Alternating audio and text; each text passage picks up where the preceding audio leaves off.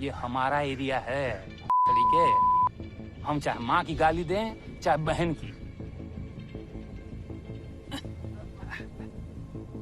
तुम्हारी माँ। दुनिया में शायद ही ऐसा कोई इंसान हो जिसने कभी न कभी गालियाँ न दी हों। हम सब कभी न कभी गाली गलौज करते हैं, कभी गुस्से में तो कभी दोस्तों के बीच हंसी मजाक में।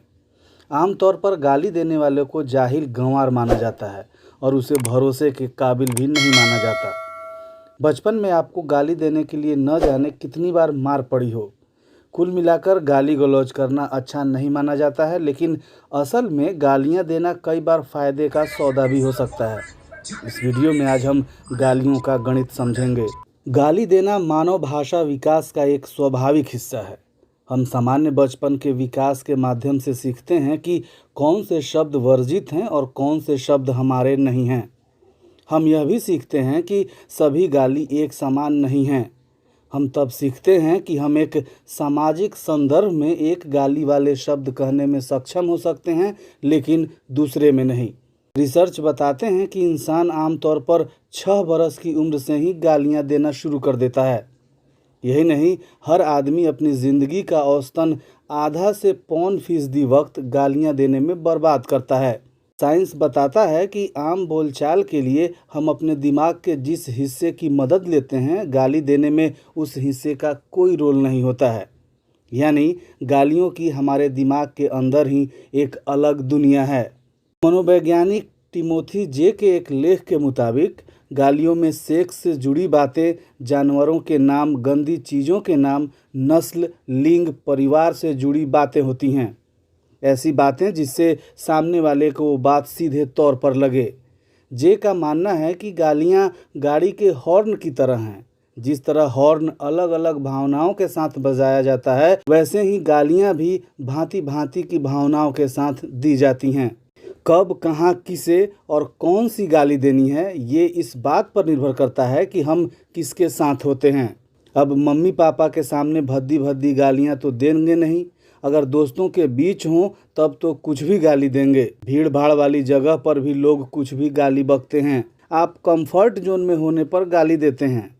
कुछ खास लोगों के बीच में आप भद्दी से भद्दी गालियां देते हैं, जज किए जाने के डर के बिना।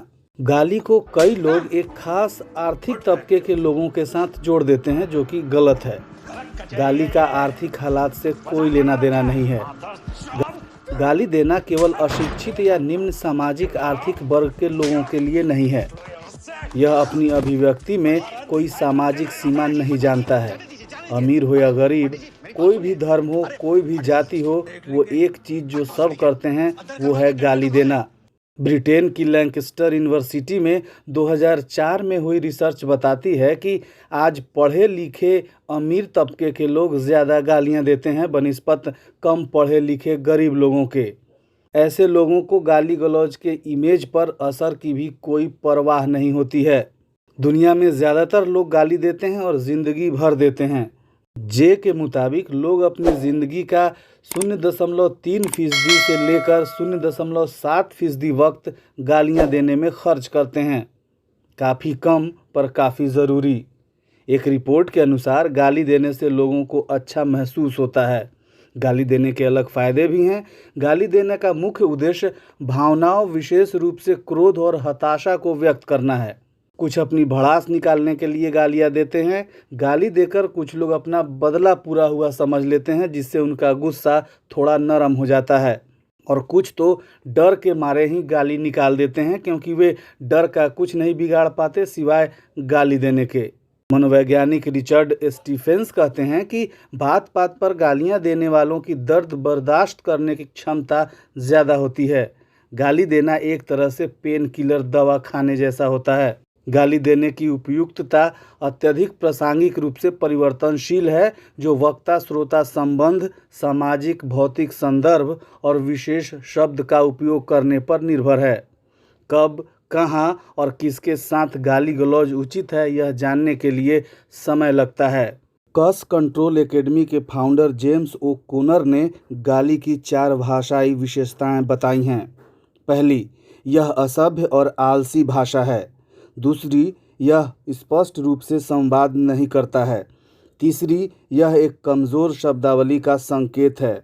चौथी, यह अधिक सार्थक शब्द की उपेक्षा करता है।